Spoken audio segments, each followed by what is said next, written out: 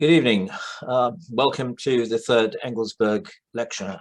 My name is Christopher Coker. I am director of LSE Ideas, which is the foreign policy think tank of the London School of Economics. And this is the third in a series of lectures, which we bring to you thanks to the generosity of the Axel Johnson Foundation in Sweden. Our first lecture series was on populism, our second on empires, past and present, and our third series, the next four lectures, in fact, will be on alliances, especially the alliances the first half of the 20th century. And we're delighted to have as our Engelsberg lecturer this academic year, Margaret MacMillan.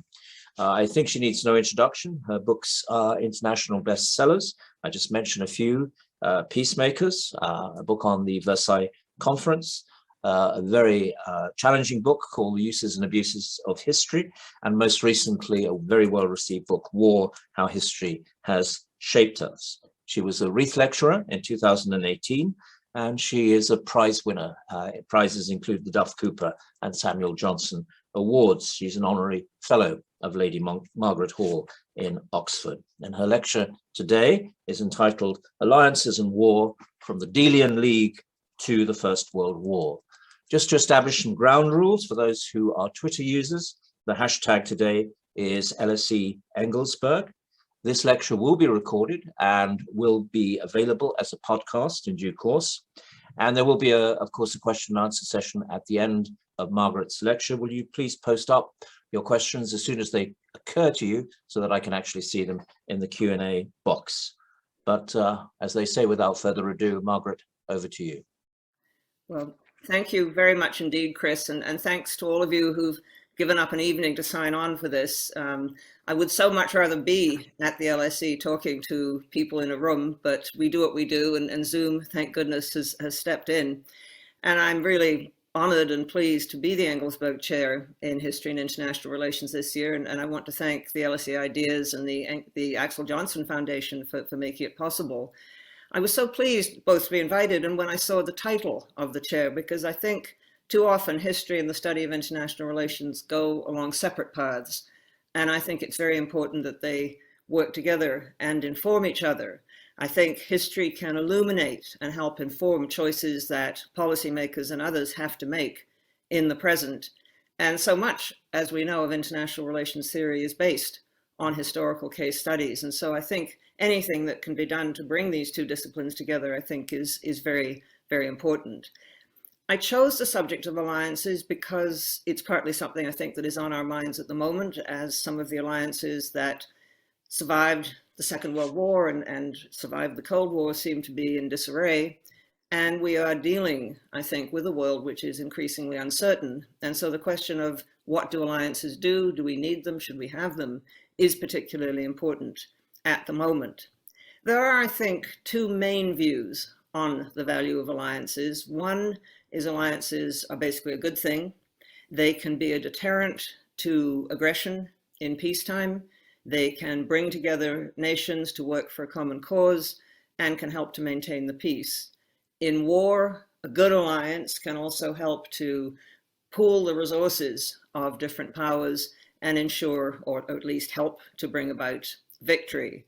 And we can think of examples in the past of alliances that have worked. One of the ones I'm going to talk about today is actually a very improbable one, an alliance between the British and French, hereditary enemies for so many centuries. But that alliance in the First World War was absolutely key to the Allied victory. And sometimes when I look at it, I can't believe that they actually came together and the alliance managed to survive. We think of the Grand Alliance in the Second World War. Again, improbable in a way, Britain, United States, and the Soviet Union, but it was absolutely crucial in the victory over the Axis powers. And I think you could argue, and many have argued, that in the Cold War, NATO, the NATO alliance, was extremely important, that it brought together like-minded nations to resist further Soviet encroachments, and that it was critical both in containing the Soviet Union and perhaps in ending the Cold War and in the disappearance of the Soviet Union. I think we're realizing today, as some of those older alliances, NATO, for example, are perhaps not as strong as they once were, that alliances come together for a particular cause, often a particular threat, but that they must be nurtured and maintained. like any other relationships, whether between people or between groups of people, you don't just make a deal once. The deal is ongoing. You have to contain the tensions. You have to deal with the issues that come up. You have to keep building it. There is another school of thought, and these are not, of course, mutually exclusive, and that is that alliances can be very dangerous indeed, that alliances can lead nations into trouble where they might not have necessarily found themselves otherwise. You probably all know the famous farewell address of George Washington, President George Washington, who in 1796 warned the American people that they should be very careful about getting involved in alliances. Commercial relations, he said, were fine, but political relationships should be avoided. The United States, he said, and this was actually not an address he gave, it was a newspaper article he wrote, the United States had particular advantages bestowed on it partly by geography, and he asked, why forego the advantages of so peculiar a situation? Why quit our own to stand upon foreign ground? Why, by interweaving our destiny with that of any part of Europe, entangle our peace and prosperity in the toils of European ambition, rivalship, interest, humor, or caprice? It is our true policy to steer clear of permanent alliances with any portion of the foreign world. And I think he meant above all Europe, which, like many Americans then and perhaps even today, he saw as a source of entangling alliances, the old style diplomacy, Machiavellian plotters, and so on. But it wasn't just George Washington who felt like this. Much closer to home, of course, Lord Palmerston, who was Secretary of State at the time, said in a famous speech in 1847 in the House of Commons, a speech, incidentally, he was making in reply to accusations that he was a Russian agent, and there was an attempt, in fact, made to impeach him for treason. And he, in the course of a long speech, he said, "I hold with respect to alliances that England is a power sufficiently strong, sufficiently powerful to steer her own course and not to tie herself as an unnecessary appendage to the policy of any government. England," he went on to say, "must remain true to its principles and interests, and where necessary, can find support from other states, but only as a temporary arrangement." And then in words that became quite famous, he said, "Therefore I say that it is a narrow policy to suppose that this country or that is to be marked out as the eternal ally or the perpetual enemy of England. We have no eternal allies and we have no perpetual enemies.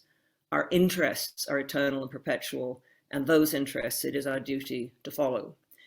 In the aftermath of the First World War, as people searched, as they're still searching today, for the causes of that war, the alliance systems, as they were called, were often blamed for creating the war. The fact that Europe had divided itself up into two different systems of alliances, on the one hand, the Triple Alliance of Germany, Austria, Hungary, and Italy, on the other hand, the Triple Entente of Russia, France, and Britain, led to the war becoming a general one. The argument made against the alliances is that they created a chain of relationships that when one partner got into a conflict with someone from the other alliance, it almost inevitably drew in those alliance partners. I will actually say, well, I don't think this was the case, but it certainly became a standard view, and it still is, you'll often hear it today, that it was really the alliances that made the First World War a general war and so disastrous. And this question of how much an alliance system can lead other nations into war, of course, is one that is still with us today. It seems to me a very live question. What will happen if a member of NATO, say Poland or the Baltics, runs into trouble with its neighbors? And we know that this is a possibility. What might happen if Taiwan is suddenly attacked by China? The United States has no formal defense treaty with Taiwan, unlike the NATO treaty, but it gives it considerable military aid.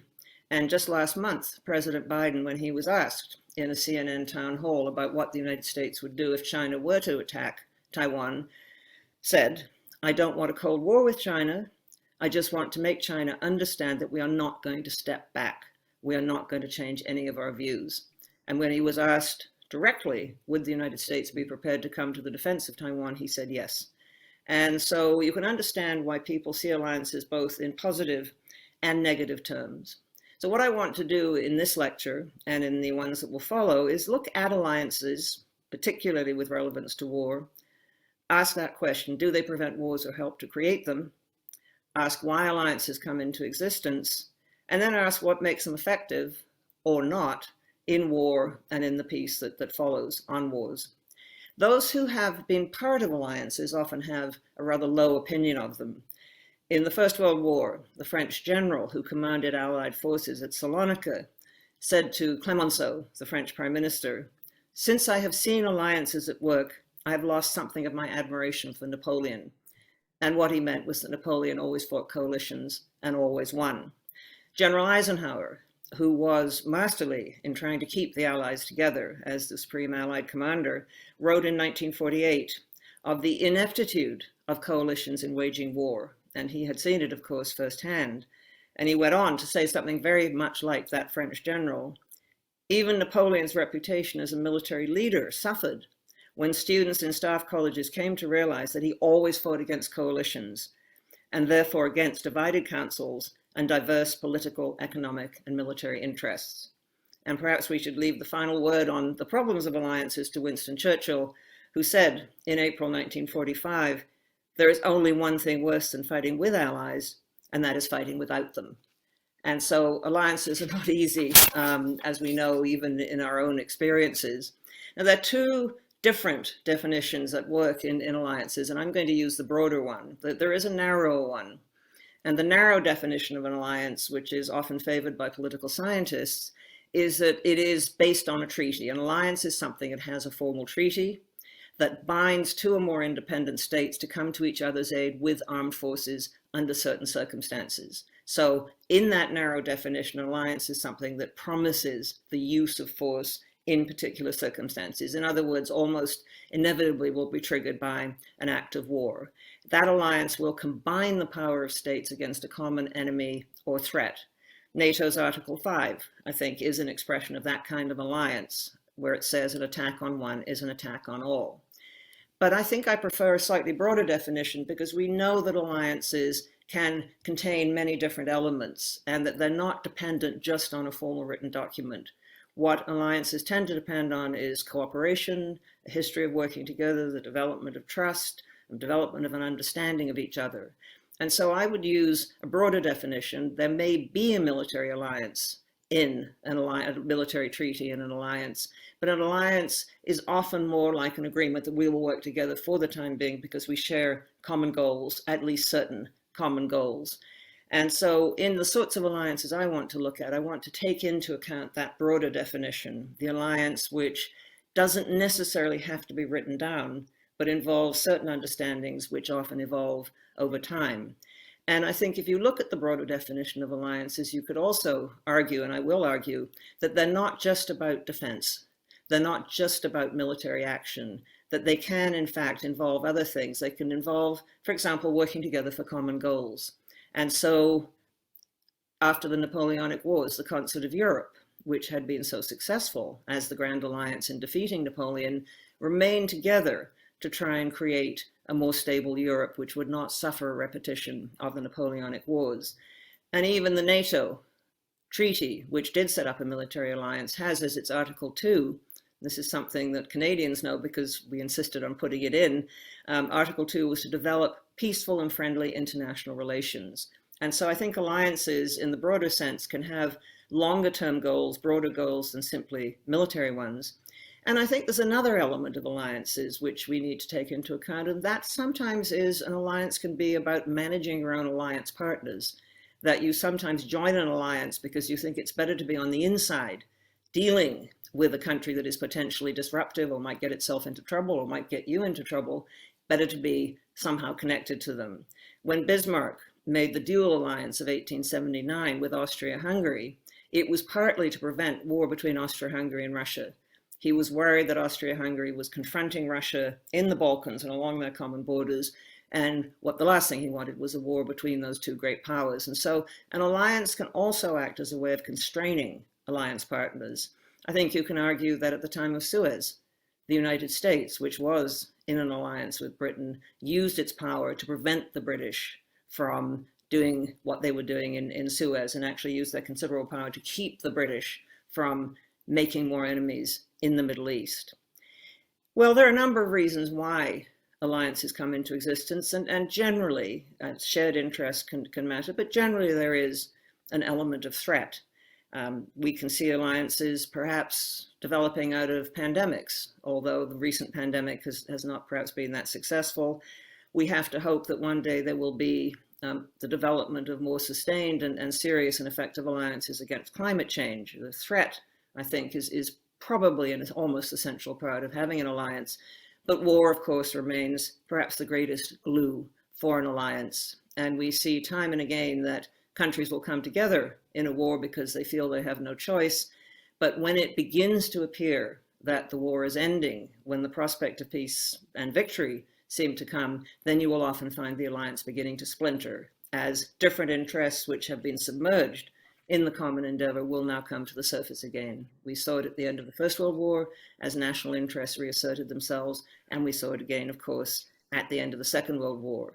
And we saw it, since I did mention that this lecture would start with the Delian League, I thought I'd better mention it. So if you look at slide 1, which I'll ask if we could put up, these are coins that were struck in Athens at the time of the Great Coalition against the Persians. And the coins were important because they helped Athens both to accumulate and to store resources, to raise revenues.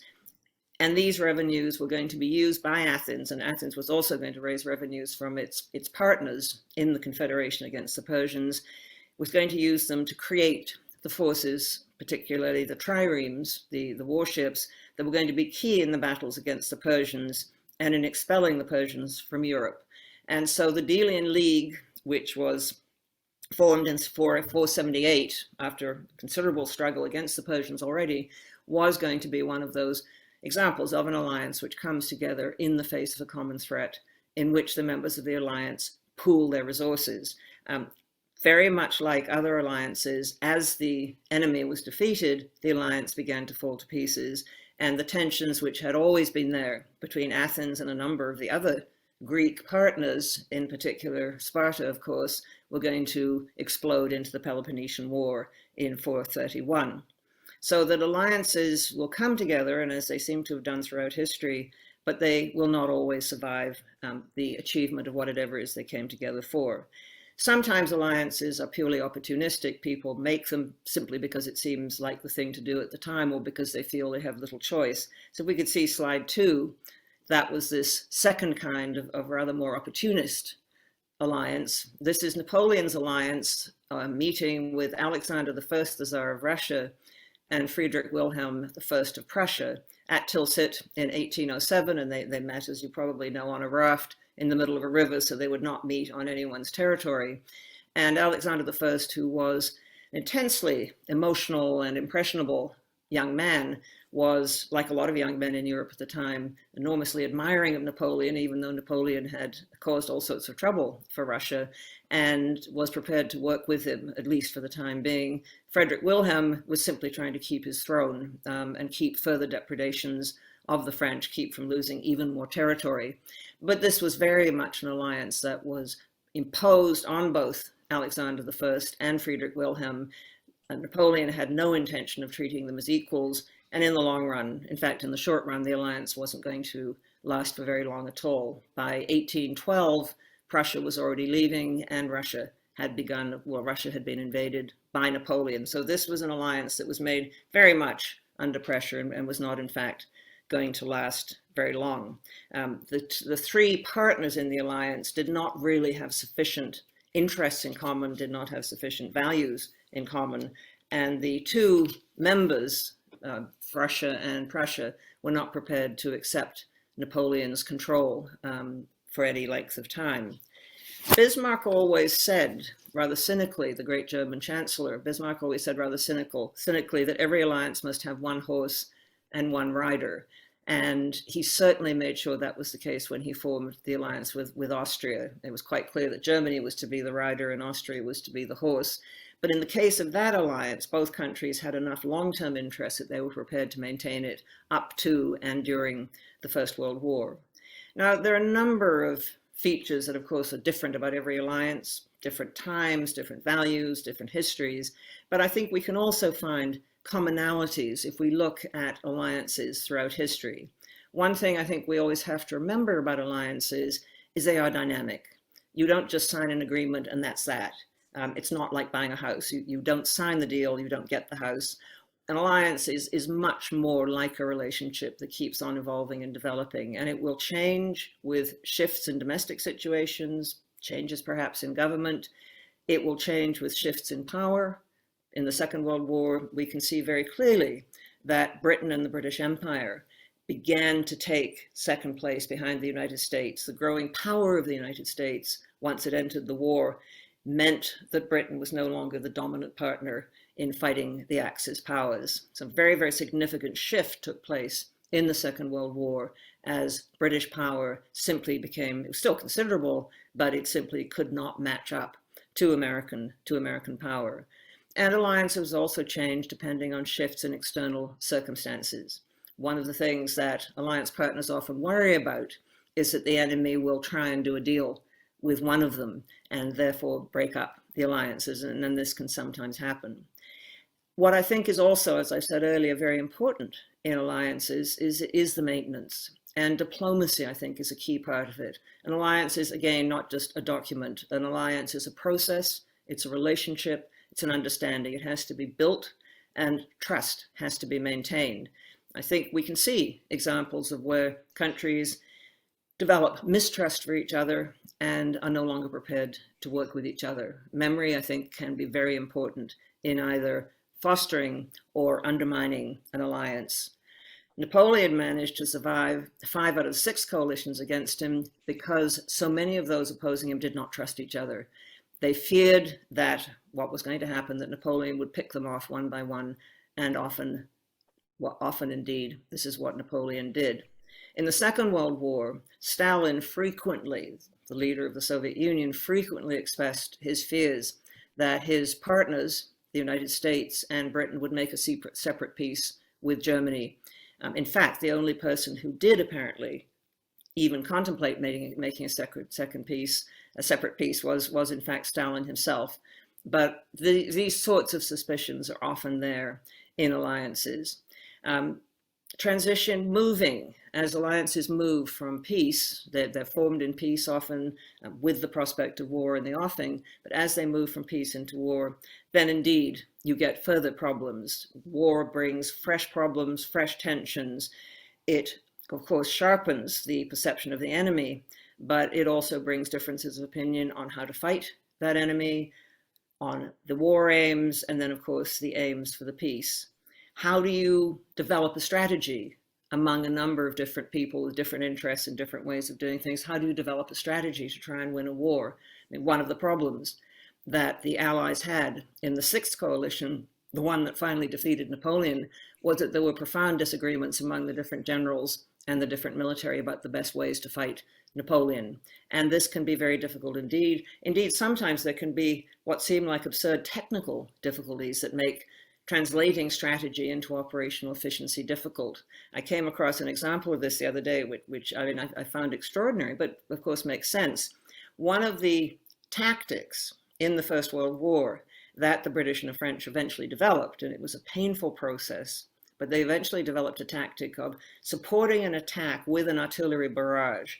They would plaster the enemy lines, hoping that this would destroy the enemy defenses, but they would move the barrage ahead. It was called a creeping barrage. And so the British and French soldiers coming out of their trenches would move behind this great artillery barrage, which was itself advancing towards the German lines. But there was a technical problem which caused all sorts of difficulties, and that was that the French measured, they wanted to advance so many meters per minute. The British barrage was advancing so many yards per minute. And every so often, the French would actually have to stop and wait for the British to catch up. And so even at that level of tactical level, just the difficulties of bringing together different ways of fighting, different ways of training, I think can be seen. One of the problems that often bedevils alliances in wartime as well is who's going to command. And this, of course, you run into individual jealousies, individual demands, but you also run into national jealousies and demands. One of the difficulties in the First World War between the British and the French was, should it be the French, a French general who commanded? This was certainly something the French themselves thought was appropriate because they felt they were doing the bulk of the fighting, certainly in the early years. And the British, of course, felt that they should have a British general because they were doing the bulk of supporting the war effort. In the Napoleonic Wars, when the final sixth coalition came together in 1813, the one that was going to defeat Napoleon, there was a real problem that the Allies had with Alexander I, who wanted to command and did not have the abilities to be a good commander. Napoleon himself said of Alexander, he had great abilities, but something was always missing in whatever he did. And since one could never quite foresee which particular piece would be missing in any given instance, he was totally unpredictable. Finally, partly through Metternich, and I'll talk about Metternich in a moment, the Austrian chancellor, partly through Metternich's diplomacy, the Austrian Prince Schwarzenberg, a general himself, experienced general and also a very experienced diplomat, was chosen as the Allied commander. And he later complained that his position was almost intolerable. He said, "It is really inhuman what I must tolerate, surrounded as I am by feeble-minded people, fools of every description, eccentric project makers, intriguers, asses, babblers, and so on." He said, "I often think I'm going to collapse under their weight." And there can be a further problem in wars, not just in agreeing on a unified command, but in getting the civilians and the military to work together. Too often in wars, the military will argue that the civilians don't know what they're talking about, that the military should make the final decisions, and that can cause problems. And we need only think of the Korean War, where General MacArthur defied civilian orders from the President of the United States, and eventually there was a showdown, and MacArthur, in fact, was removed. But it was a very, very difficult moment. What I think can also be important in alliances are individual relationships. Marlborough, in the Wars of the Spanish Succession, kept the coalition together and also worked very well with Prince Eugene of Savoy. Margaret Thatcher and Ronald Reagan worked very well together in dealing with the Soviet Union, and I think that was partly because they had established a very good personal relationship. I'd like to now show you Metternich, who I mentioned earlier in slide 3, who I think was key. Prince Metternich, often seen as a reactionary, which I think is an unfair assessment, was in fact one of the great statesmen, in my view, of the early 19th century, and was responsible, I think, more than almost anyone else, for bringing together the Sixth Coalition against Napoleon. It was brought together by his diplomacy. There are others who contributed to it. Lord Castlereagh, the British Foreign Secretary, and I'll talk about him in a moment, and also Napoleon himself, who made it quite clear that he was not going to surrender, that he was not going to give up his goals of dominating France. But I think perhaps fair to say that without Metternich, these different countries with their difficult and often complicated leaders, with their national jealousies, their national rivalries, their national sense of importance, with their national interests, might not have been brought together and kept together without the tireless diplomacy of Metternich, who crisscrossed Europe, not in easy circumstances, but traveling by coach, often exhausted, often sleeping in very uncomfortable places, but who managed to persuade Britain, Prussia, Russia, and his own country of Austria to work together to defeat Napoleon. He worked closely with Lord Castlereagh, who I'll show you now in slide 4, the British Foreign Secretary. When the two men met, they felt as if they understood each other. Metternich said in a letter, he said, "I have only just met him, and I feel that we talk very much in the same way." And he, along with Metternich, was key in creating what came to be the Quadruple Alliance. The Austrians contributed forces, so did the others, of course, and the British contributed in increasingly important amounts of aid. Hundreds of cannon, hundreds of guns, millions of rounds of ammunition, uniforms, 11 million pounds of subsidies, and who knows what difference it made, 28,000 gallons of brandy and rum to the Quadruple Alliance. What also, of course, counted against Napoleon was that he was being defeated militarily. The invasion of Russia in 1812 had been a disaster, and as we can see from slide 5, he was also dealing with one of the most effective generals opposing him, the Duke of Wellington, who managed, by the time the Quadruple Alliance came together, had managed to clear the French out of Spain and was moving into France from the south. As I said earlier, Napoleon himself also helped to keep the Quadruple Alliance in existence. In June 1813, Napoleon met Metternich in Dresden, and Metternich had come to him with an offer. Essentially, the offer was that he could remain the ruler of France, and France would remain within the borders it had at the beginning of the 1790s, but he would have to give up the territory it had taken east of the Rhine. It would have to give up territory to take it in Italy, and it would have to restore Holland. And this Napoleon refused to do. Extraordinary conversation. It must have been extraordinary. The two men talking for 8 hours, and Napoleon made it absolutely clear that he would not give up any of his gains, and that in fact, if he had a chance, he would resume war again in an attempt to recover what he had already lost. As he left that meeting, Metternich turned to Napoleon and said, "Sire, you are lost." But the importance of that meeting and Metternich's report on it was that it showed the allies in the Quadruple Alliance that there was absolutely no way, short of war, that they would be able to get rid of Napoleon. In March 1814, they bound themselves together in the Treaty of Chaumont, Russia, Prussia, Austria, and Britain, promising no separate peace. They promised no end to fighting until the object of the war, mutually understood and agreed upon, shall have been obtained. And importantly, they also said that they would concert together after peace to make, after the war ended, to make peace with France on the best way to continue peace in Europe. And so the Grand Alliance was, I think, key in defeating Napoleon. He couldn't have been defeated in any other way. He was a master at picking off his individual enemies. And I think without the work of Metternich, of Castlereagh, and without, I think, the attitude of Napoleon himself, it would not have persisted. The Grand Alliance persisted as the concert of Europe into peacetime with a certain amount of efficacy. It, I think, provided a period of peace for Europe, but it was beginning to break down by the middle of the 19th century. And by the end of the century, two large groupings had emerged, the Triple Entente and the Triple Alliance. The Triple Entente started when Russia and France came together. If we can see slide 6, please. They came together in an entente which developed and grew deeper as the years went by, as this cartoon indicates. It was important for both sides because what Russia had, both countries had a common border with Germany because in those days there was no Poland between Russia and Germany.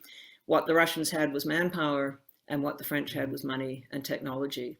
And they used each other. The French relied on Russian manpower to counter German forces, and the Russians relied on French investments to build their railways and build up their infrastructure.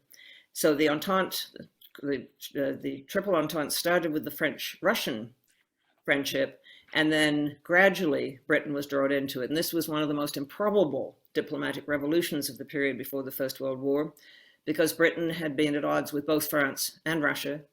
And the British feared Russian moves into Central Asia and down towards India, and of course feared Russian moves out towards the Straits. The Russian long-term goal was to get control of the Straits leading out of the Black Sea into the Mediterranean.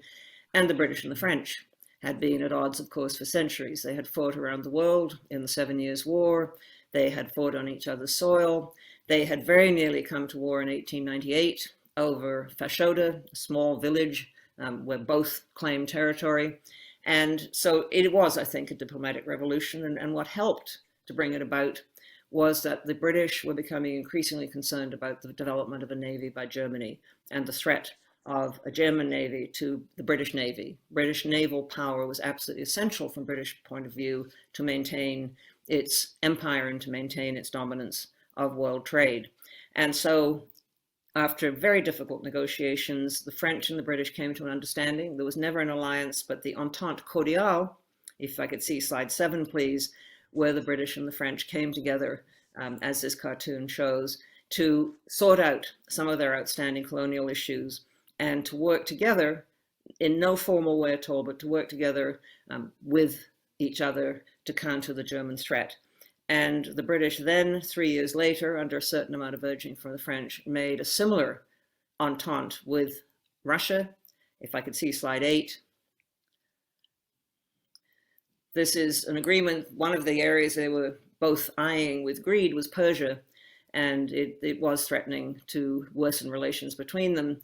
And here you can see the Russian bear and the English lion with a very small and rather angry looking Persian cat, which has just been, in fact, divided between the two of them in the agreement, the British taking the southern part of Persia and the Russians taking the northern part. Not direct colonies, but areas of influence, which left very little freedom to the Persians themselves.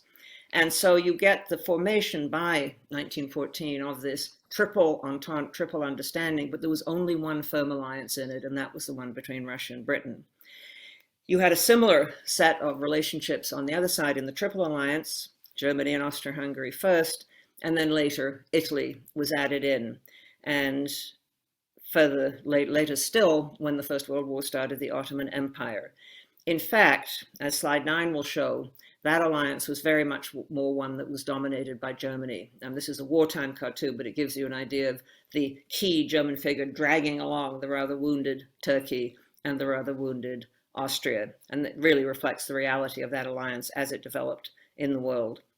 So did those alliances, which were not really the alliances in the narrow sense, but the broader sense, did those alliances lead to the war? I would say not, but they probably made it more likely. The only alliances, the only firm military alliances were defensive ones. And so no power which had signed such an alliance, Italy, for example, needed to go to war if its alliance partner had started the war. And that, in fact, was the reason that Italy used not to go into the First World War. It argued that Austria had not been attacked. It had, in fact, attacked Serbia. It had, in fact, provoked Russia. And therefore, Italy decided to stay out. And so there was no obligation, really, to go into a war on most of the alliance partners. But I think what the alliances and the talks that they held and the strategies that they discussed helped to make the prospect of war more likely, and perhaps helped to build up expectations. I mean, the British were always very cautious not to get involved in any firm commitments to fight a war on the continent of Europe, but they did hold staff talks with the French military. And they said such things as, if we were to get involved in a war, where might we bring our troops to France? So there was no firm commitment, but the French understandably began to feel that the British were intending to come and support them. The British also held naval talks with the French, which resulted, in fact, in an agreement that the French would patrol the Mediterranean and the British, in return, would look after the French Atlantic ports.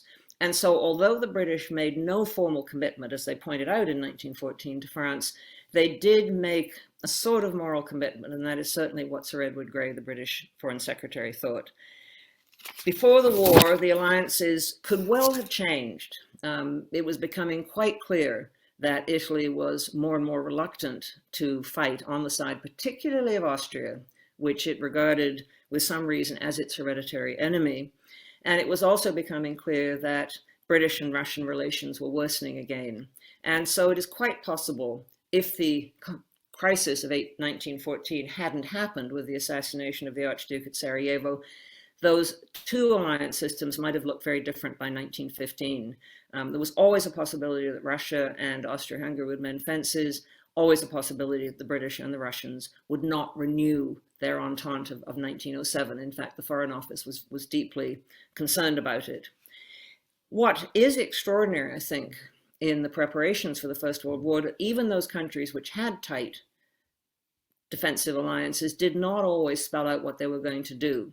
The French and the Russians did, in fact, hold staff talks and had a fairly good idea of what they do. And by 1913, the Russians had promised to come to France's aid if the Germans attacked France, as looked increasingly likely, with an attack on Germany within 2 weeks after the attack on France. And so France and Russia did have some idea of what the other was up to and what the other was planning.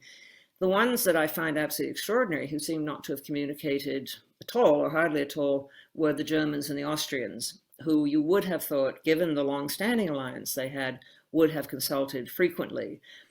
On the 1st of August 1914, as the First World War was breaking out, the German military attaché in Vienna said to the Deputy Chief of Staff, the German Deputy Chief of Staff, "It is high time that the two general staffs consult now with absolute frankness with respect to mobilization, jump-off times, areas of assembly, and precise troop strength." The fact that he was saying this on August the 1st, when there had been decades when the Austrians and Germans could have talked to each other, could have shared ideas about what they were up to, says something about that relationship. It was marked, as became quite clear once the war started, by misassumptions and, I think, often false assurances on both sides. Germany's focus, although they didn't tell Austria this, was always going to be mostly on France. And the greater part of the German army, by far, was going to be directed into France. What Germany needed was Austria-Hungary to hold off the Russians and in fact to take the offensive in the east. Austria-Hungary was prepared to hold off the Russians, but if it took an offensive in the east, it thought it would do so with German support. And in fact, the Germans had no possibility of offering that support until after they'd defeated France. What the Austrians also omitted to tell the Germans was that although they were prepared to move troops up to the Russian border and possibly even take the offensive against Russia, they intended to finish off Serbia first. And so relations between two powers you might have thought would have worked more closely together, in fact, were marked by lack of information and simply not telling each other what was going to happen. When the war started, a number of issues then became clear. One of the issues, which is interesting in the light of the relationship that later developed, was what would Britain do? The British had assumed that if they entered the war at all, and they did not make that decision until August the 4th, they would use their navy, as they always had done, for blockade and for getting support to their continental allies, but they would not fight themselves on the continent of Europe. They would not send an expeditionary force. The decision made to send the British expeditionary force to France was made 2 days after Britain was formally at war, made on August the 6th, and the British government did not decide where to send that expeditionary force until August the 12th. And so the British, I think, of all the powers, had really the loosest ideas of what they might actually do, and what they found themselves doing was not, in fact, what they had intended to do at all. They had no intention in 1914 or in the years before of developing enormous armies and sending them to the continent. That was simply something that happened under the pressure of the war. Of course, war always changes the calculations that those involved in it are making. And the war of 1914-1918 was a war that was particularly shocking to Europeans and to their military. Very few people had expected the sort of war that developed very rapidly in 1914. The first movements in that war turned into trenches, stalemate. It became more and more difficult to attack. Defending the power of the defense thanks to technology, was much stronger than the attack. I think very few people, apart from a few civilians and a few pessimists like Lord Kitchener, who became Secretary of State for War, who said the war would last for 3 years. Otherwise, very few people had expected a war that would turn into something that lasted for 4 years. Also, very few people had expected a war that would make such enormous demands on societies, not just for men to fight, but also on the economies, the political structures, the whole resources of societies. And what became very clear during the war was that there needed to be coordination among allies who were fighting, sometimes on different fronts, but sometimes, as in the case of the British and the French, on the same front. There had to be more coordination. It also became clear that there had to be far more attention paid to logistical and economic cooperation. And under the pressure of the war, the relationships on both sides were going to develop, some better than others. Again, the expectation that the dual alliance might have worked, I think, was clearly not the case. The pre-war discussions between the two had shown the gulf between them. What really happened to the dual alliance is that Germany came increasingly to dominate it, as this cartoon shows. By 1916, the Austro-Hungarian army was under German command. General von Hindenburg had become commander of all the Central Powers on the Eastern Front. Austria-Hungary, which increasingly wanted to get out of the war, which recognized that the war, its leaders recognized that the war was probably going to doom Austria-Hungary, found itself helpless to do so. The Triple Entente started off badly, and the key relationship, the one between France and Britain, the one that was going to survive until the end of the war, was not good in the early stages of the war. There was an early crisis when General Sir John French, the commander of the British Expeditionary Force, wanted to head for the Channel ports in August 1914 because he feared that the British were going to be cut off by a German attack. And Kitchener actually had to fly or come over by boat from London in order to insist that he stay there and support the French left wing. The British and the French had a long history, of course, of not trusting each other. And Kitchener himself, Secretary of State for War, had spent much of his career fighting on the frontiers, fending off threats from France or from Russia to the British Empire. And the two continued to have competing interests in the Middle East. Indeed, as the war went on and it looked like the Ottoman Empire might disintegrate, the British and the French found more to quarrel about than before. And I'll talk about that in my next lecture. But again, the early relations were not favorable and did not indicate that the two were going to be getting on terribly well. The French resented the assumption that they felt the British was making, that the British would fight to the last Frenchman. As the head of the French military mission attached to the British Army said, England wants to win with a minimum sacrifice in men. The French looked down on the British commanders. They thought they didn't have British strategic brilliance and élan. Again, the French liaison officer said, the Englishman drifts from day to day without looking beyond the needs of the moment. The British returned the low views. General French himself said of his French counterparts, "Au fond," he said, and that was about the only French he spoke actually. "Au fond, they are a low lot, and one always has to remember the class these French generals mostly come from." General Haig, who did take the trouble to learn French, confided to his diary, "The French are so unreliable. One cannot believe a word they say as a rule." The French leaders, he said, were a queer mixture of fallibility and ignorance of the practical side of war. And he said, rather haughtily, the British were too much of gentlemen for them. There was concern always on the part of the British that the French would drop out of the war, afraid that the French were, or at least some French politicians were defeatist. And there was constant jockeying, and I'll talk about my next lecture, over resources. It was felt by the French the British weren't providing enough manpower, not providing enough resources for the French. It was felt by the British that the French were wasting resources, that they weren't managing their own economy well.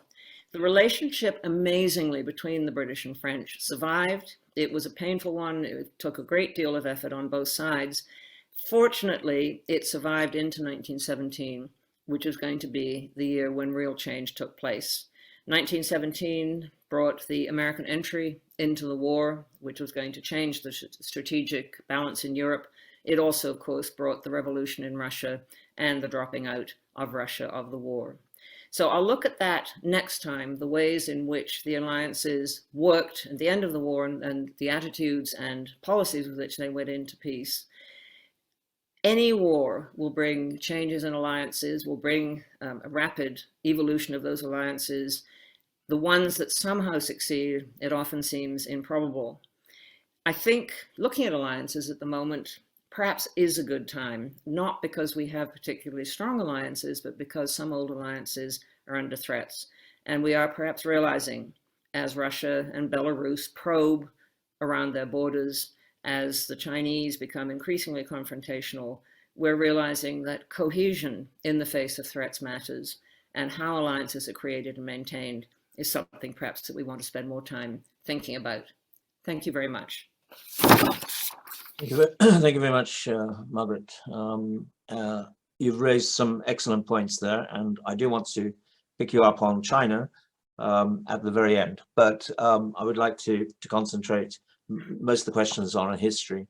And can I start by asking you two questions, starting with the Delian League, which I think is fascinating, because if you look at the speech that Thucydides gives Pericles in his funeral oration, where he's talking about our alliances, we give more than we take. Yeah. We have soft power. He doesn't use this term, but we are an inspiration to the rest of the Greek world in terms of our arts and crafts. We keep the Aegean safe for free trade because we get rid of piracy, and we spend the money that you give us on a fleet that gets rid of the pirates. And all of this sounds absolute, and you could say, I suppose, it's a league of democracies. I believe that all but 3 members of the Delian League were actually democracies. So it has certain resonance. You might think of the American alliance system in the 20th century, democracies, making the world safe for free trade, ideational. You mentioned ideas as being absolutely essential, a glue to successful alliances. But on the other hand, many members of the Delian League saw it as an empire rather than an alliance, because they felt they didn't have a choice. And when one's thinking about the American alliance system, one remembers that famous phrase in the 1950s, I forget the name of the Norwegian scholar, empire by invitation. But this was what made the American alliance system different from, say, the Soviet alliance system. But it was still a kind of imperial system in which you had to know your place, as the British and French discovered at Suez in 1956. If you overstepped the line, you were punished for that. So I just wonder whether you could say something, develop a little bit more, the ideational side of alliances, and how important you actually think that that is in solidifying these contacts between countries that are members of alliance systems. Well, I'm interested, you know, I mean, Thucydides' Pericles' speech, in a way, although it was much more eloquent, is what Donald Trump was saying when he went to NATO meetings. We're spending all this money, and what are we getting out of it? You know, and we're fighting the fight, and you are just sort of free riders. And that's always a problem in alliances. But I think when there is some overlap of values and some shared values, they're more likely to last. I mean, you look at the Warsaw Pact essentially ended as soon as the Cold War was over and the Soviet Union fell to pieces, because it was imposed. There was absolutely no choice. And I think with the Greek city-state alliance, I mean, I think there was resentment all along of Athens, which was growing more powerful, which was becoming richer, and which did behave often in a very high-handed way. But I still think what perhaps helped to keep them together was this perception that the Persian threat was something that they wanted to resist. I think the Grand Alliance in the Second World War didn't survive the end of the war because the difference between the Soviet Union on the one hand and the Western powers was so great. But the alliance between the Western powers did survive because they did have shared values. And although there is usually, as Bismarck said, a horse and a rider in an alliance, although there is usually one strong partner, if the strong partner shares values with its alliance partners, it will, I think, be more likely to respect their independence and to respect their values. And the United States, although occasionally, but not that often, I think, exerted its power. It did with Suez. And I think it did with Suez because it felt that the British were really threatening the Western Alliance and also threatening the position of the West among the emerging nations, those nations emerging out of imperialism. And so I think the Americans felt that, in fact, the British action was threatening the alliance as a whole, not particularly American interests, actually. I mean, this was not something that was of particular interest to the Americans. But on the whole, I think the Americans tolerated a fairly free, what's the word I want, gave a certain amount of latitude to their alliance partners. I mean, the French could be provocative and were provocative. I mean, General de Gaulle, when he ordered NATO troops out of France, nevertheless, France remained a partner and never abjured the treaty. And the Americans were prepared to put up with this. And I think the phrase empire by invitation, I think was quite a good one. I mean, these were voluntary. Canada joined the Western Alliance, not because it was afraid of American power, because it actually shared many of the goals of the United States. There were disagreements, I think, in the Western Alliance far more than in the Warsaw Pact. You couldn't have disagreements. So I think ideas do matter. A shared language can matter. I mean, it really did seem to me one of the problems the British had and the French had in the First World War was that they literally didn't speak each other's language. And then gradually people realized we better have some interpreters there because we're making a mess of it. As I say, Haig actually studied French and was able to conduct himself in meetings, but most British generals couldn't speak a word of French. And if French generals had learnt another language, they'd learnt German because they studied war. So I think an alliance has to bring interest together. You don't go into an alliance unless you see a shared enemy or you see some sort of interest. But I think an alliance is more likely to survive if you share some values in common. And if you have ways of dealing with it, within NATO, in that diplomatic phrase, there were frank and full discussions. I think there were far fewer in the Warsaw Pact.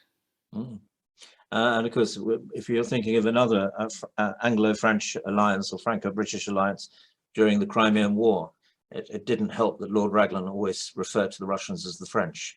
By mistake, of course, whenever he was ordering a cavalry charge or something of the kind. But you mentioned Trump, and this brings us to the word transactional. What is the difference between? Do you not think that the British mostly thought of alliances as transactional, until the 20th century, until they actually needed the United States. And for the first time, they had to speak the language of values. Wasn't that always the complaint that their allies had? The War of the Spanish Succession, etc., perfidious Albion, that these people were here today and gone tomorrow. Yeah. And for them, it was useful to have this alliance now, but they didn't want to be committed. They didn't want to be committed to the Congress system after the end of the Napoleonic Wars. It was certainly after Castlereagh had gone. Again, Canning was a very transactional foreign secretary. Yeah. Castlereagh, of course, was not. Yeah. I mean, there's always an element of transaction in an alliance, and the British have a very long tradition of not wanting continental commitments, of not wanting to send their troops over there if they can possibly avoid it. Of course, they have done on many occasions, but if they can use the Navy and if they can use money to achieve their ends. But I do think in the Napoleonic Wars, there was an important alliance based, it was based partly on the perceived threat of Napoleon, which is a very real threat, and the struggle for dominance of Europe and indeed other parts of the world. But I do think there was also a values element to it. I mean, I think the British government had come to dislike very much what Napoleon stood for, as indeed did Metternich.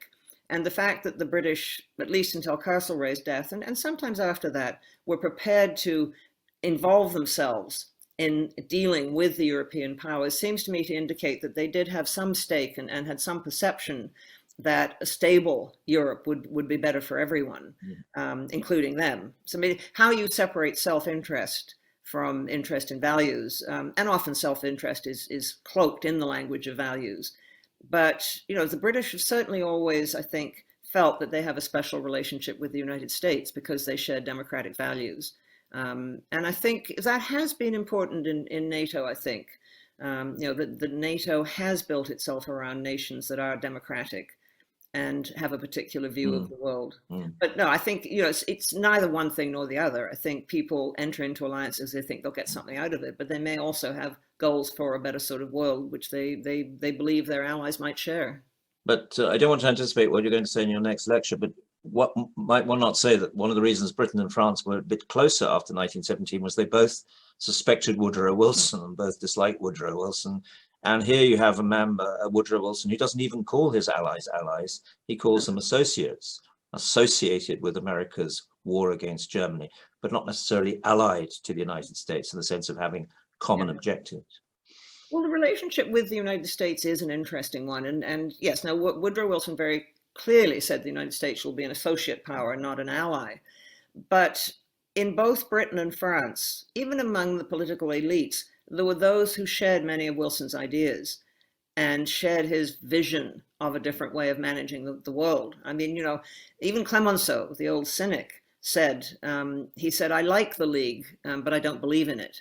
But there were those who both liked the League and believed in it. You know, Europeans had just come through a hellish war, and they'd known what it had cost, and they'd known what damage it had done to European society. And so I think there was actually a community of values. I mean, you know, the scenes when Woodrow Wilson arrived in Europe were extraordinary. And I think you know, a lot of people really hoped that he was bringing the promise of a better world. Of course, many of his ideas came from Europe. These were ideas that Europeans themselves had been talking about before the First World War. And so I don't think it was just transactional. But yes, of course, British and French leaders did not want the United States to become too powerful in the affairs of Europe.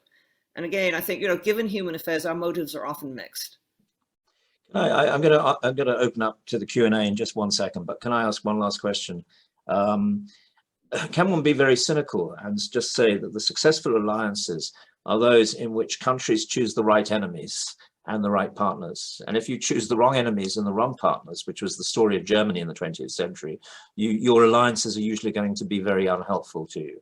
You know, the old canard that well, who was it who said that having Austria-Hungary as an ally was like being shackled to a corpse? What could Austria-Hungary do for Germany? What could Italy, as a central power, had it gone into the war on Germany's side, have done for Italy? Surely the best ally that Germany ever had in the Second World War was the Soviet Union, very briefly, after the Nazi-Soviet pact, because Stalin did a lot for Germany in terms of resources, et cetera, but having Imperial Japan as an ally was useless to Germany, and of course Mussolini's Italy was an embarrassment. So could one say that the British have been lucky and the Americans have been lucky because they've always chosen the right enemies and they've always chosen the right partners? Um, that is cynical, isn't it? Yes, I'm just or thinking about skeptical, it. perhaps. Yes, skeptical. Yeah. Let me think about it because I hadn't thought of it in those terms. But I think, well, of course, choosing the right allies matters, but it's then how you treat the allies. Mm, As you say, Hitler actually chose a good ally in Stalin, and it seems to me quite clear that Stalin had no intention, in spite of a recent book that argues this, Stalin had no intention of attacking Hitler. mm, That he was hoping to build up Russia's strength, the Soviet Union's strength, and believed that he could manage Hitler, and that the relationship would last. So, no, I think if Hitler had been prepared to stick with Stalin, it might have been a very different story. But mm, given his own hatred of Bolshevism and given his racial theories, given his longing to expand, there was no way that the relationship with the Soviet Union was going to mm, last, at least in Hitler's eyes. But yes, choosing your allies makes sense. But sometimes people are thrown together by a shared threat. I mean, the British and the French were the least likely allies, given their history, mm, and given the fact, that, I mean, a lot of people in Britain thought up until 1914 that the obvious ally for Britain was Germany. Germany was, they were each other's biggest trading partners. Germany was the economic powerhouse of the continent of Europe. Britain was the economic powerhouse of the world, although its position was beginning to be challenged. And Britain had the world's biggest navy. Germany had Europe's best army. I mean, there were a lot of people who said this is a match made in heaven. And there was actually far more, I think, of the British elites knew and appreciated Germany and German culture than they did French and French culture. I think at the time of when Britain went into the war in 1914, I think 4 members of the cabinet, the Asquith cabinet, had gone to German universities. mm, So mm. the choice of allies, yes, I think is important, but sometimes you don't have a choice because someone decides to make war on you. I mean, I think if Germany had behaved differently before the First World War, the British would never have drawn closer to the French. I think it really was Germany pushing them into it. Mm. Fine, thank you. Can we just now open it up?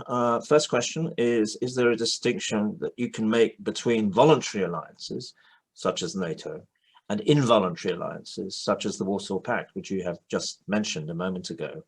And is it a coincidence that members of the second, i.e. the Warsaw Pact, were so happy to join the first, i.e. Yeah. NATO? I think yes, I think there's a huge distinction. I mean, rather like the alliance on the raft that was made on the raft at Tilsit. I mean, that was well, it's not exactly involuntary. It was not. It was doomed not to last because the interests of the 3 countries there could not be reconciled. Napoleon wanted dominance; the others 2 wanted their independence. And so, yes, involuntary alliances only last as long as someone can actually keep control of them. And I think, there was no talk of well, there was a tiny bit of talk at the end of the Cold War of turning the Warsaw Pact into something rather different. I mean, there was an interesting prospect that the Warsaw Pact could have been turned into some sort of security sharing arrangement for the center of Europe with Russia and the successor states. But it was never seriously taken. And I think the resentments that had built up over the years in what was effectively a Soviet empire in Eastern Europe made it impossible for any sort of, that sort of relationship to continue. I mean, in retrospect, it might have been a good idea to get some sort of security arrangement for the center of Europe, which spanned East and West and didn't divide it. But no, the Warsaw Pact was imposed. The members of it had no choice in what they did. They had no choice on whether Russian or Soviet troops were stationed on their soil or not. They had no choice over whether the pact went to war or not. NATO, I think, has survived because it was a voluntary alliance. People went into it for, of course, a variety of different reasons, and the states that emerged from the Warsaw Pact wanted to join it because they felt it was going to be safer for them. But no, I think there's a huge difference. It's like a forced marriage, I suppose, if you can use an analogy. Marriage that is freely chosen is more likely to last than when the 2 people are presented with a shotgun and told to marry each other. Yeah.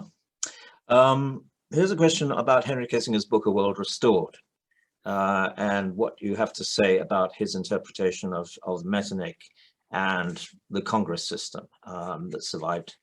When did the Congress system come to an end? 1818 or 1821, was it? Well, I would say the Congress system, the Concert of Europe, in fact, lasted in a sort of form up until the Balkan Wars of 1912 and 1913. I mean, there was still this hope that you would get a conference of ambassadors who would come together and sort things out and prevent small local wars or small local insurrections or small local revolutions from spreading. And so the notion that the powers could actually work together, it seems to me, really doesn't disappear until 1914. And in a way, I think it's still with us today. You know, there's still this sense that Europe's powers, France, Britain, Germany, in particular, if they can work together, can actually help to make a stable and prosperous Europe. But I think the Crimean War really broke apart. I mean, there were crises before that, but it was the Crimean War that broke apart by putting the Russians on one side and the French and the British on another, that broke apart what had been a sort of working arrangements. I mean, I think the great strength of the Concert of Europe was that it wasn't formalized. You know, it was a series of meetings, and it was a general attitude. I think that I very much take Paul Schroeder's argument that there'd been a really important shift in thinking. In the 18th century, statesmen and others tended to see international relations as a zero-sum game. If I win something, you have to lose. There's no combined benefit. And what the Napoleonic Wars, the wars first of the French Revolution and then the Napoleonic Wars did, is make people realize that in fact, if they cooperated, at least at some level, they could all benefit, that it was not just a zero-sum game, that there was actually a benefit in stability. I think, I think the impact on, there's a new biography of Mitrnich, which I've been very struck by, and he argues the impact on Mitrnich, who lived through the French Revolution, who saw it firsthand, who saw what it had done to Europe, who frequently was fleeing into exile, whose family, of course, was very privileged, but nevertheless felt the effects of the revolution, recognized that stability was actually a virtue in itself. And that's something, of course, that Henry Kissinger has always argued for. And it's a conservative view, but it is one with which I have a certain sympathy, because without stability, you can't have much of anything else. But I forget his first name, the historian Blanning, who wrote a biography of Frederick the Great. Tim Blanning. Tim, yes, has this very nice phrase that as far as Frederick the Great's Europe was concerned, they saw Europe as a piranha tank, essentially, the zero sum. Yeah. Everyone was attacking everyone else. And in the 19th century, you do have this kind of ideational idea of stability and civilization and the need to maintain order, which is so central. But Henry Kissinger brings me to the question I wanted to ask, if I can just now interpose again. The thing that keeps him up awake at night is the prospect of an alliance between China and Russia. And we're always assured by both the Chinese and Russians that an alliance is a long way off. An alignment is a different matter. But can I just ask you the question here that Xi Jinping often says that what makes the Chinese different from the West is that we don't do alliances, we have partnerships. We don't do coalition warfare. We haven't done it in our history, with perhaps the exception of the Second World War. And now he's talking about the need to find friends. Do you draw this distinction between a diplomatic world of partnerships, by which he means, I think, trading partnerships, or here today, gone tomorrow, alignments, and a world of alliances which fix you? And surely this was the argument in about 1914, that fix you in these very fixed positions and make it very difficult for you to be flexible in moments of great crisis. Well, I'm not sure they do make it difficult to be flexible. I mean, the thing about an alliance, if you're looking at the narrow definition, which is a treaty has been signed, how do you enforce it? You know, there's usually an escape hatch. I mean, the Italians decided that under the terms of the treaty they had signed, they didn't have to get into the First World War. Now, the Germans and Austro-Hungarians thought this was awful, and they said the Italians were criminal, but what could they do? There's no court you can go to and say, this person's broken the alliance and I want you to force them to adhere to it. I mean, it's not like what happens in domestic societies. So, and I think the fact that the British took their time in deciding whether or not to get into the First World War show that they certainly felt that they didn't have a firm obligation. They had promises and they had indications, and the French ambassador in London said, you will no longer be an honorable nation if you don't join the war. But how you define honor is very much a matter of the nation. I think the Chinese use of history is very selective. If you go back before China was united in 221 BC, Chinese history is full of people who made alliances. Sun Tzu, the great strategic thinker, who is regarded as one of the founders of thinking about strategy, talks a lot about alliances. And the Chinese certainly have relationships with other powers, which I would call as being close to alliances. I mean, I think the difficulty the Chinese are finding is that in their foreign policy, they are not very good at the give and take, which makes a good alliance. They tend to want to dominate it. And the fact that they've managed to alienate most of their neighbors seems to me to say something about the lack of diplomacy with which they've been trying to build these relationships. I mean, I suppose it's possible, just to go back to the prospect of an alliance or relationship between China and Russia, it would be, I think, very much an ad hoc and short-term one, out of which both might think they get something. But if you look at the longer term, the Russians share a very long border with China. They've got a real demographic problem, and they've got a real problem in the Far East because there are far fewer Russians out in the Far East than there are Chinese. And I think this is a problem for them. They've got an economy which is not a fraction of what the Chinese economy is, and they've got serious problems at home. I mean, I think for the Russians to move too closely into a friendship with China would leave, it would be very much one dominated by China. And I think, there is a long history between those two countries, which is not necessarily a happy one. Well, this brings me to the next question about the cultural dimensions in building an alliance. And here's the exam question. Is the US capable of being a horse and not a rider in the alliance? And here I think the questioner is saying the future alliances the United States says are with Asian societies, very different from the Western societies of the 20th century. Is the US capable of having a different set of relations with a different set of Asian countries, the Quad, for example, or others? Because, as you were saying, if you all happen to come from the same culture in the 20th century and you're having Western alliance systems, then perhaps culturally those are going to be stronger, because whatever the political tensions, between Clemenceau and Woodrow Wilson might be, they're still on the same team. Do you see this as being a problem for the US? Possibly two things. I mean, I think nothing lasts forever in history. And I think the United States rose very rapidly to a position of world dominance. And the indication, certainly from the recent polls, is that a lot of Americans don't really care about that anymore. They're more focused on issues at home, problems at home. A recent poll, I think it was a Pew poll, said to Americans, do you worry that the United States might no longer be number one in the world? And something like 57% said, no, we don't. And we don't really care about our position in the world. And so, I do think countries, societies change, maybe slowly, maybe rapidly. But the United States has not always been the dominant power in the world, and there will be a future in which it perhaps isn't. But as far as culture goes, I mean, what is American culture? I mean, the United States has a huge immigrant population that comes from Asia, as does my own country, Canada. And I think you could argue that the culture of the United States is changing. I mean, it's moving away, although there are those who resist it, but I think it's moving away from a sort of white Anglo-Saxon Protestant European sort of culture, which has so much influenced culture in the United States. And if you go to the West Coast of the United States in particular, but all over the United States, there are very strong links now with Asian countries, people from Asian countries. And I think this will probably affect the perception the Americans have of themselves, the nature of their culture, and their relationships with Asia. And of course, you also have the tremendous export of American cultural artifacts, American cultural influences. A number of Asian countries have been very much influenced by the United States. And so I think what we may be seeing is not a division between cultures, but a mingling of cultures. I've never really bought that Samuel Huntington thesis about the clash of civilizations. I think civilizations are always changing and cultures are always changing. And they change over time, and they change as a result of patterns of immigration. They change as a result of cultural influences flowing in and flowing out. But, the United States, I think, has always been a Pacific power. But I think in some ways its cultural ties with Asia are perhaps stronger than they've ever been, and likely to deepen.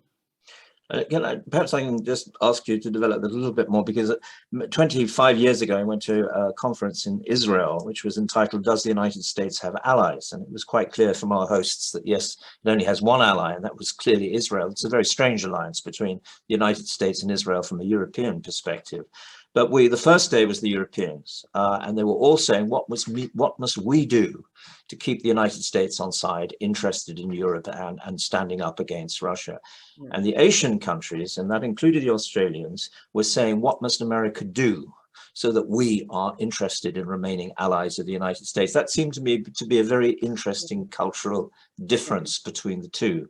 So this is very crude, putting it very crudely, but it is interesting, and I think culture is interesting. And only the Brits will talk about a special relationship because it's part of the special history of the United States and the UK. It's very difficult to imagine the Japanese talking about a special relationship with the United States, or India, or any of the future allies of the United States that America would like to be future allies of the United States. I've always thought the special relationship is, and this is unkind perhaps, but it grew out of a slight sense of desperation. I mean, and we know there are cultural connections, but I mean, you have to remember the United States also was born in an act of revolt against the British Empire. But I think Churchill was very aware in the Second World War of Britain's declining power in relation to the United States and the Soviet Union. I mean, Britain, as I say, still remained a very powerful country with an enormous economic base, but also still had large parts of the empire. But it was clearly not as powerful by 1945 as it had been, and the United States was much more powerful. And I think there was this hope, which I think is still there, that the British could somehow balance. They could be the balance between the continent of Europe and the United States because they spoke English, because they shared apparently cultural values, and Churchill always made a great thing of his American mother, that the British could somehow talk to the Americans. In Harold Macmillan's famous phrase, we could be the Athenians to the Romans. We can sort of be their interlocutors because we understand them, and then we can interpret them to the Europeans, which will make us important. I've always thought the special relationship has been far more important to the British than the Americans. And I think it's become less so to the Americans. I think a lot of the Americans don't know they're meant to have a special relationship with Britain. And I think the passage of time, I mean, there was in 1945 and post-war years, there was a whole cohort of Americans who had perhaps been educated in Britain, who knew Britain. They came from the East Coast. Some of them had been in Britain during the war, in the State Department. There were people who really understood Britain. That cohort's vanished. And the younger generation, I think, understands and cares less about Britain. I think it was very striking. I don't know if you read Barack Obama's, not his latest memoir, but the one when he was looking about my father. And he came to England as a student and had absolutely no sympathy for it at all, disliked it. I think never had any feeling for Britain. And I think, the United States is shifting away. It's partly passage of time, the passage of generations, but it's also shifting because of its immigration patterns. And I think far more Americans feel ties to either Latin America or to Asia. Here's another question, since we've been talking about alliances and war very largely, and you've been talking about an era of boots on the ground, as the questioner says. Well, what about tomorrow's wars? Cyber wars, hybrid wars, proxy wars, you mention it. Very different kind of warfare. How important will alliances, do you think, be in these circumstances? I would have thought very important, because when you think of cyber war, for example, there is no way that a single country, with the possible exception of China, can manage its own internet and manage all these links that link it to the rest of the world. It seems to me that the only way to deal with cyber war and to deal with the sort of attacks that have come, the bot attacks, for example, is international cooperation.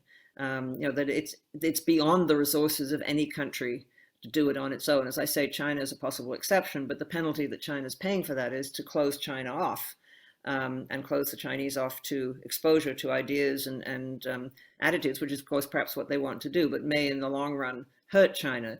But I think, given the nature of the weapons that are now developing, I think there's going to have to be cooperation. I mean, this is what I suppose in part, this new UK-Australia US deal is about, that it's some of the types of warfare that are developing can only be done in coalition, cannot be done by a single country. Mm-hmm. And here's a very significant question. You've been talking about alliances against states that are seen, rightly or wrongly, to be threats. The two great challenges, the two great threats, if you want to use that word, this century are likely to be global pandemics and climate change. Yeah. And how important our alliance is likely to be. I noticed that after COP26, we seem to have two blocks forming. We've got the 2050 Club, which is the old alliance of Japan, the West, the European Union, the United States, zero emissions by 2050. And now we've got also China, Russia, and Saudi Arabia, zero emissions in 2060. So you do see already two blocks forming on the climate change. But I mean, the main thing is, can you have alliances against non-state threats? You might want to throw in terrorism here as well as being a non-state threat. Oh, I think you can. I mean, you know, yes, if you accept my definition of alliances as being something broader than a promise to come to each other's defense if attacked, yes, I think you definitely can. And in fact, I think you have to have, you know, what brings about a coalition, what brings about the formation of an alliance is a threat that is seen as so great that a single member of the alliance can't deal with it on its own. And pandemic is a classic, you know, a very good example of that, because viruses do not respect borders. I mean, you know, the what is it now? The Omicron is not going to stop at the South African border and say, oh, I better not go over the border because I don't have my right papers with me. I mean, you know, this is given the interconnectedness of the world, pandemics are inevitable. We're going to have other ones. And it is, I think, virtually impossible to stop them traveling around the world. Virtually impossible, as we've seen. And the only way in which we're going to bring the pandemic under control is, in fact, to build alliances. And one of the real failures, I think, of some of the developed powers is to actually do more effectively for the poorer parts of the world, to make vaccines available to help in the vaccination effort. And until they realize, I think the developed powers have to realize that, you know, it's not just altruism. It's in their own interest to do it. And I think the same thing with climate change. I mean, there may be different groupings on how to deal with it. But again, we've all had it if this planet becomes uninhabitable. And so you can build whatever grouping you want. But if the future of humanity on the planet is in question, it doesn't really matter who's on which side, because sides aren't going to matter in that circumstance. And I do think, I mean, I think we see this realization, because often when you face societies face major crises like this, they use the language of war. They often talk about a campaign, or they talk about mobilizing resources. They talk about waging war. Terrorism, terrorism is another, I think, example of where alliances make sense. I mean, I've always thought the war on terror is an absurd idea. You can't have a war on a concept. And the danger of the war on terror is it's not clear what the enemy is and when the enemy is being defeated. It seems to me a very unfortunate analogy.